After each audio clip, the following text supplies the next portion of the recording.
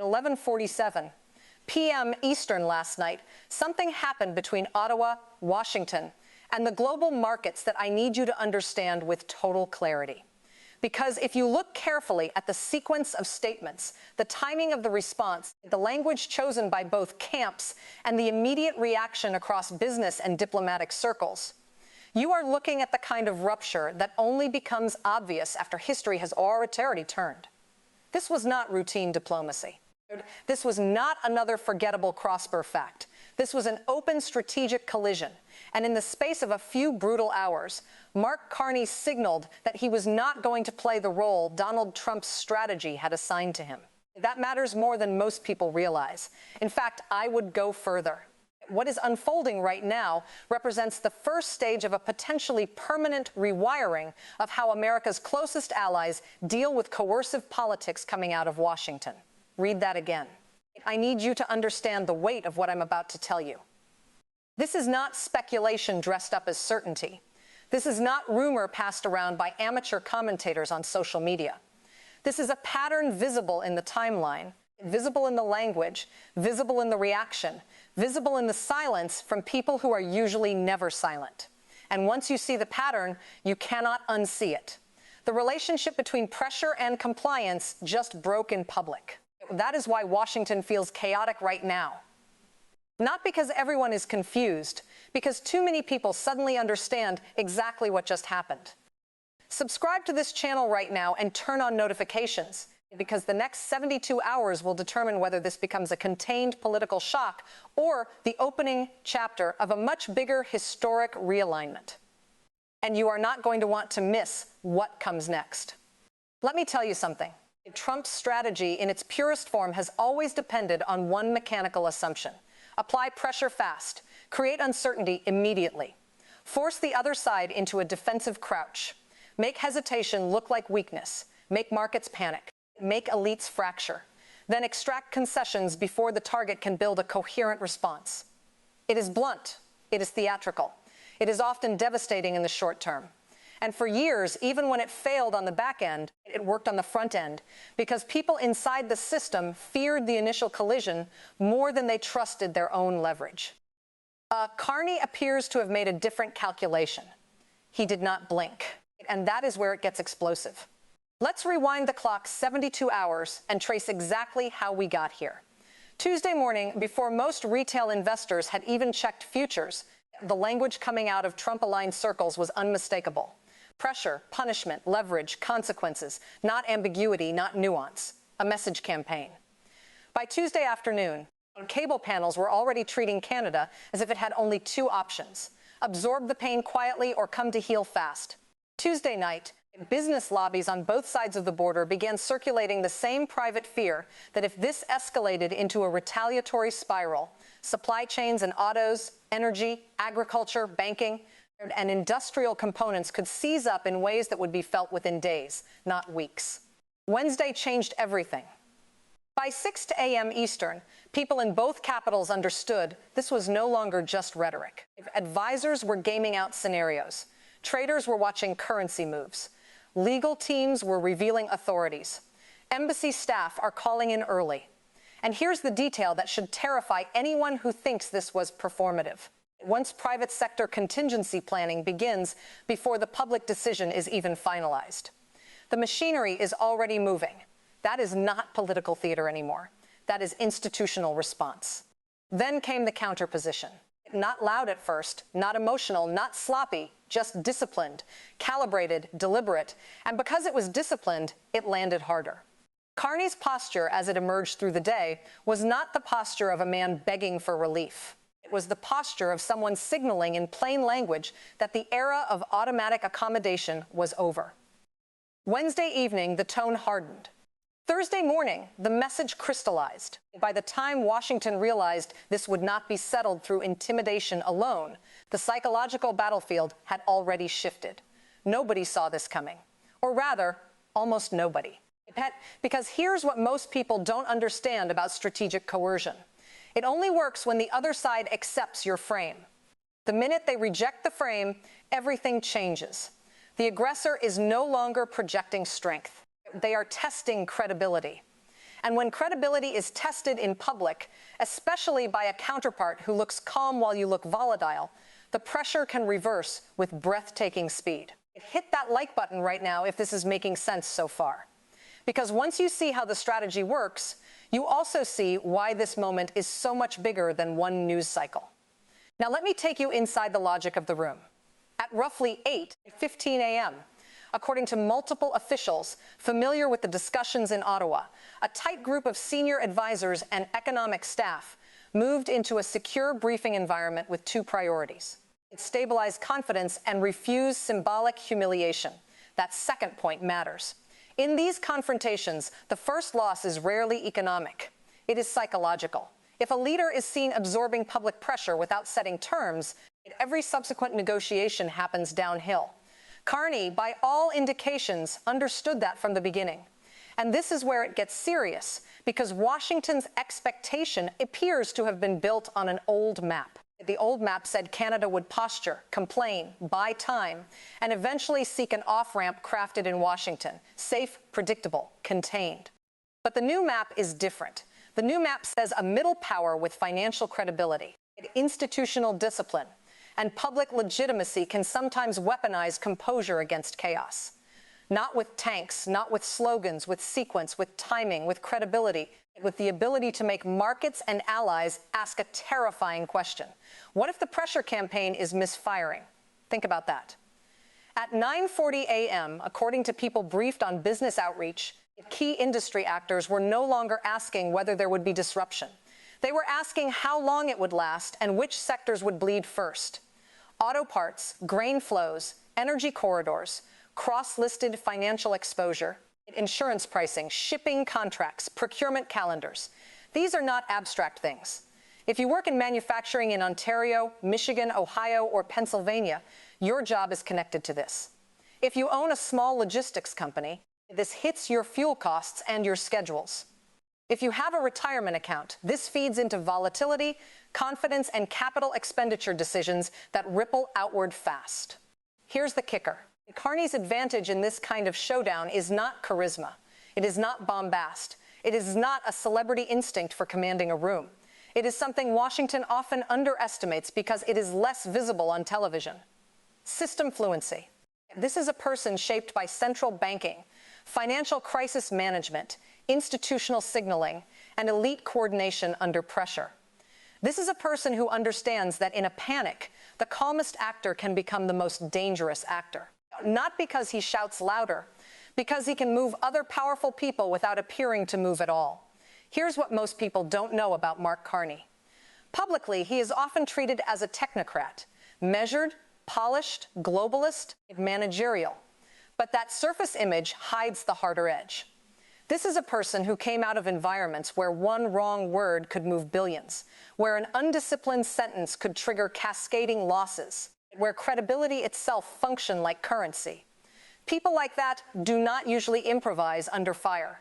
They compress, they narrow, they choose, and when they finally send a signal, it is rarely accidental. His defining advantage is emotional asymmetry.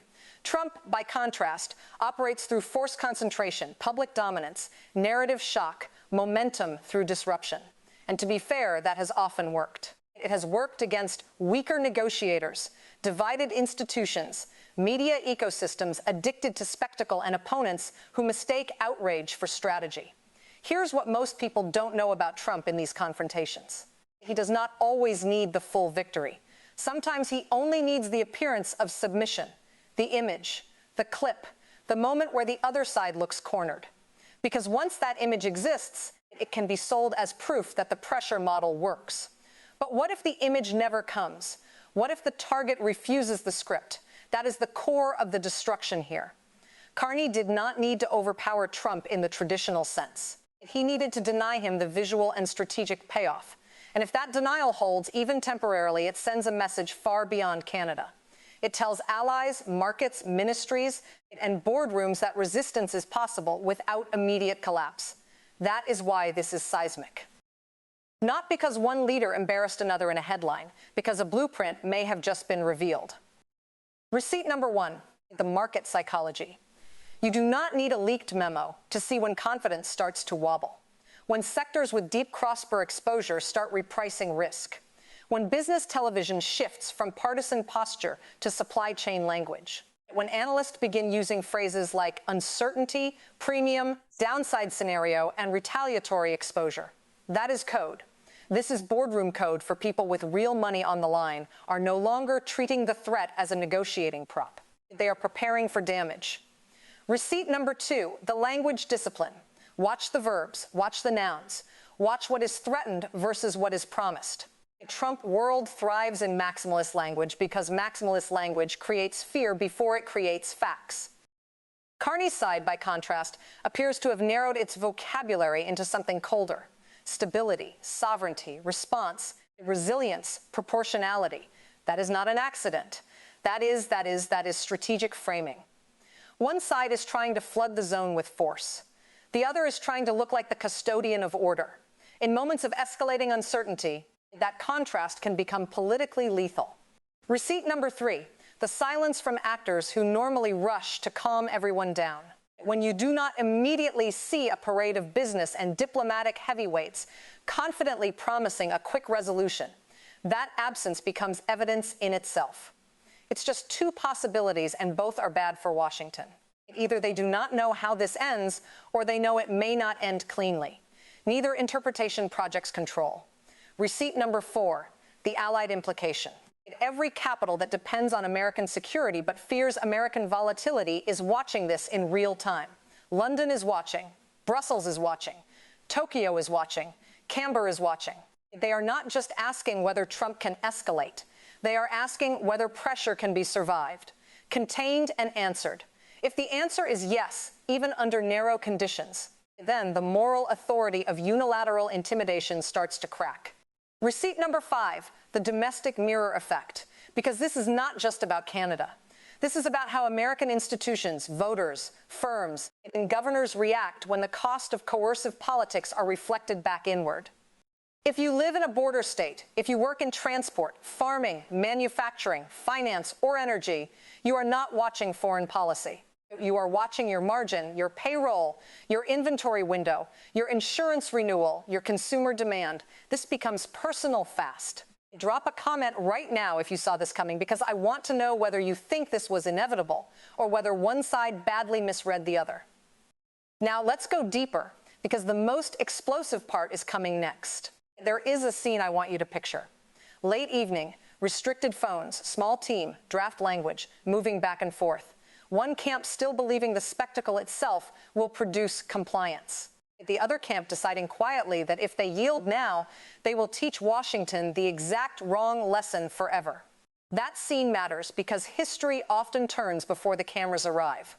It turns in the drafting. It turns in the pauses. It turns when someone at the table says, in effect, if we give them this now, they will come back for more later. That is how systems change.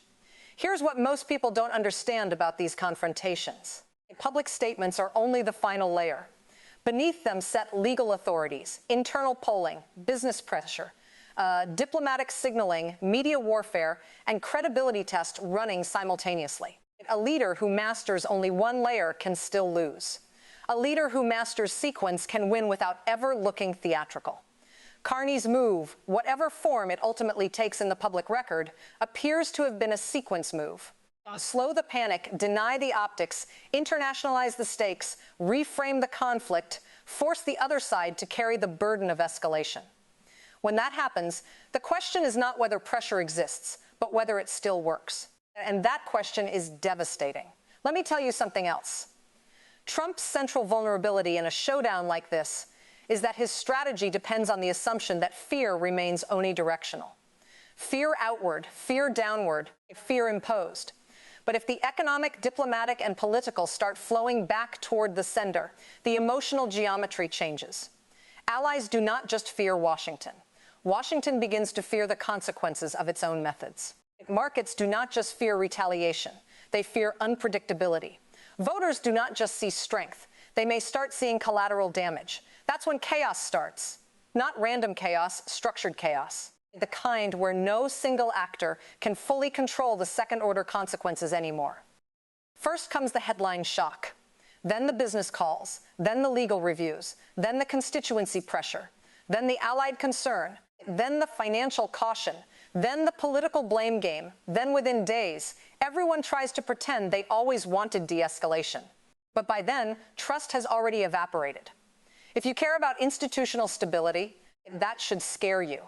If you care about democratic accountability, it should scare you even more, because this isn't just about tariffs, threats, leverage, or national pride. This is about whether modern democracies are now entering an era where allied relationships themselves become hostages to domestic political performance. Read that again. Allied relationships become hostages to domestic political performance.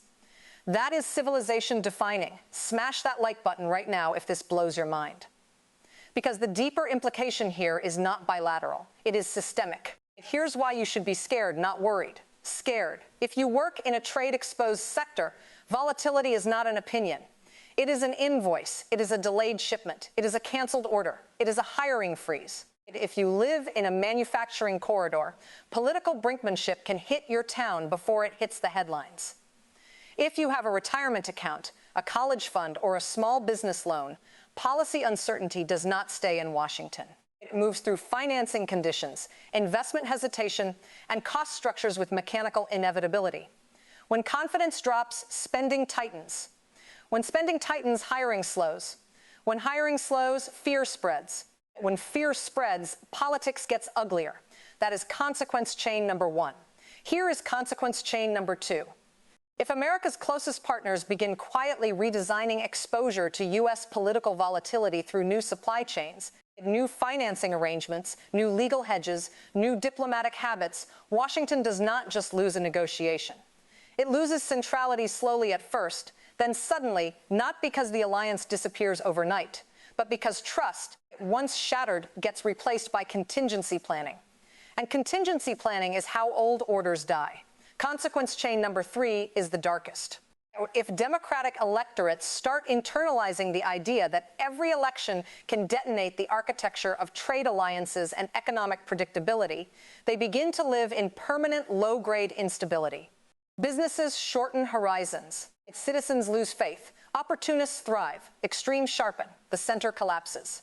The old assumption that advanced democracies can manage conflict without constantly threatening the foundations of cooperation starts to look less like a rule and more like a fading memory.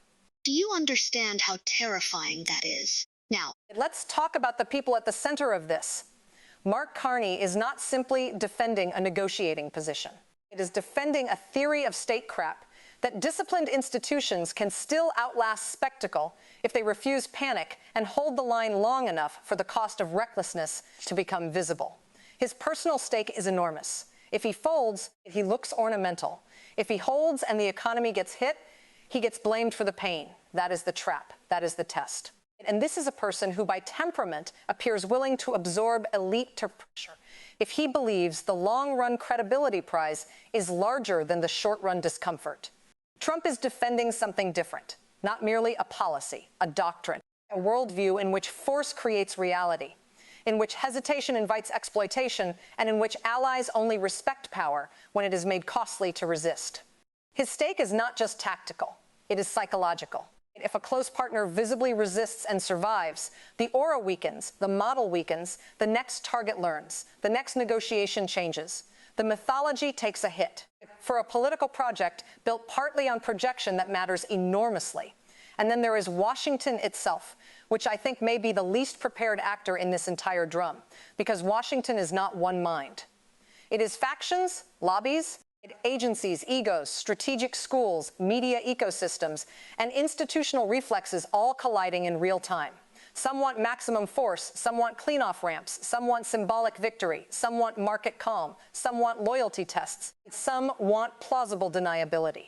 When those factions lose synchronization in a crisis, the Capitol starts to look exactly like what the title says, total chaos. Not because no one is acting, because too many people are. So where does this end? I see two paths and no middle ground. Path one is the hopeful path. Cooler heads prevail, back channels intensify. Language softens without anyone admitting retreat. A face-saving formula emerges. Partial pause, reciprocal framing, technical consultations, private assurances, public ambiguity. Carney gets to say Canada did not bow. Trump gets to say pressure produced movement. Markets stabilize. Business groups exhale. Officials pretend this was always manageable. This path is possible, but it requires something rare. Restraint from people who profit politically or psychologically from escalation. It requires Trump-aligned actors to accept less than visible submission. It requires Carney to hold firm without overreaching. It requires both systems to choose stability over theater. That is the optimistic path. It requires several people to do things they almost never do. Path 2 is catastrophic. No de-escalation, no disciplined off-ramp, just recursive pressure, retaliatory logic, domestic grandstanding, market deterioration, constituency backlash, and allied alarm feeding one another in a brutal loop. First, the rhetoric hardens, then the economic measures widen, then affected sectors mobilize, then legal and constitutional questions start multiplying. Then other allies revise assumptions. Then investors start pricing political volatility as a structural feature, not a temporary episode. Then something profound happens. The idea of North American predictability, the thing businesses have quietly relied on for decades, starts to die. Nobody wins, everyone bleeds, and the old system finally cracks. I think we are closer to path 2 than many commentators want to admit. Although I will say this honestly, in moments like these, one well-timed act of discipline can still interrupt the cascade. I thought that several cycles ago, too. Sometimes I was right, sometimes I was badly wrong. And that is the nature of countdown politics. Everything feels reversible until suddenly it isn't. Here's what I know for certain. The relationship between pressure and compliance will never be the same after this. Even if this gets resolved tomorrow, the trust is broken. The assumptions are broken. The old muscle memory is broken. You cannot unring that bell. Carn didn't just resist a strategy. He may have shown the world a blueprint for how an allied government can fight back against political coercion. Not by matching spectacle with spectacle, but by using discipline, credibility, timing, and the refusal to panic.